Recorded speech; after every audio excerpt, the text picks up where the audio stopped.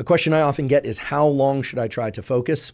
Well, the research literature point to the key importance of so-called ultradian cycles. You've all probably heard of circadian cycles or circadian biology. Circa, the day, circadian, is about 24-hour cycle. Well, our brain and body operate within that day, or within each and every day, I should say, with 90-minute ultradian cycles. So my suggestion would be, anytime you're going to sit down and try and focus, you're going to try and do a focused bout of physical exercise or skill learning or musical learning, or maybe you're even just having a conversation. Maybe you're a therapist or you're attending therapy or a class. How long should it be?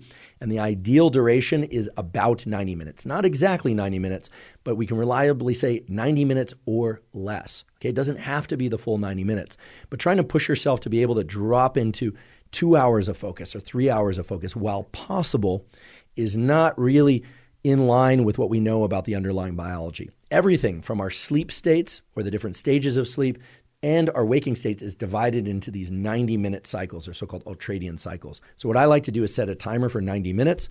I acknowledge and accept the fact that under most conditions, unless I'm really pressed for a deadline and I'm optimally caffeinated, etc., the first 5 to 10 minutes of that 90 minutes are a transition time. It's like the warm-up for focus, but I do include it in that 90 minutes.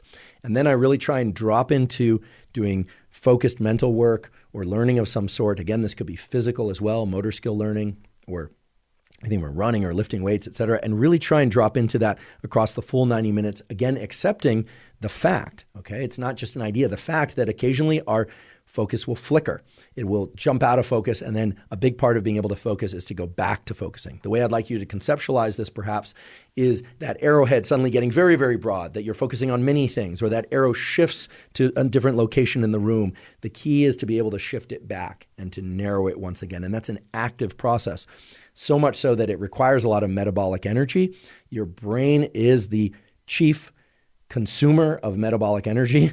The calories that you consume is so-called basal metabolic rate. Most of that isn't related to movement or heartbeat or breathing. It's related to brain function. Your brain is a glutton with respect to caloric need. So understand that at the end of 90 minutes, or maybe even after 45 minutes, you might feel rather tired or even exhausted. And it's very important that after a bout of focus, that you take at least 10 minutes, and ideally as long as 30 minutes, and go through what I call deliberate defocus. You really want to focus on somewhat menial tasks or things that really don't require a ton of your concentration. This is starting to become a little bit of a movement out there in the kind of pop psychology and optimization world, this idea of not looking at your phone as you walk down the hall to the bathroom, certainly not looking at your phone in the bathroom. And I should mention, by the way, this is a particular annoyance of mine. Have you noticed that wait times for restrooms in public places has increased substantially in the last 10 years?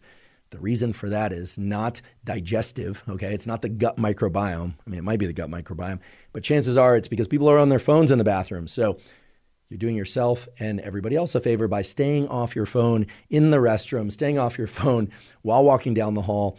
Try and give yourself some time to deliberately decompress, to let your mental states idle, to not be focused on any one thing. That period of idling is essential for your ability to focus, much in the same way that rest between sets of resistance training or rest between exercise is vital to being able to focus and perform during the actual sets or during the actual bouts of running or cycling or whatever your particular form of exercise might be. So deliberate decompression is key. And I know this is hard because we're all being drawn in by the incredible rich array of sensory information available on our phones and other devices. But I can't emphasize this enough. Our ability to focus is not just related to what happens during the entry and movement through those focus bouts, but after those focus bouts, we really need to deliberately decompress. And of course, the ultimate decompress, the time in which we are not directing our thinking and our action, is during sleep. And so it's no wonder, or I should say it holds together logically, that deep, long-lasting duration of not controlling where our mind is at is in fact the ultimate form of restoration, even if we have very intense dreams. So take that period after each 90-minute or less focus bout, right? Remember, those focus bouts don't have to be full 90 minutes. Let's say you do 45 minutes of work. You're just done with it. Set it down and go do something for maybe 5, 10, maybe even 30 minutes that is functional for your day, right? Just not just walking around in circles or staring up at the sky, although if you can do that, do that. But most of us have other things to do, but do things that are rather automatic or reflexive for you, and try not to do any focused reading. Try not to bring your vision into a tight location, such as your phone, and try and deliberately decompress, because that will allow you to drop into intense bouts of focus again, repeatedly and repeatedly throughout the day.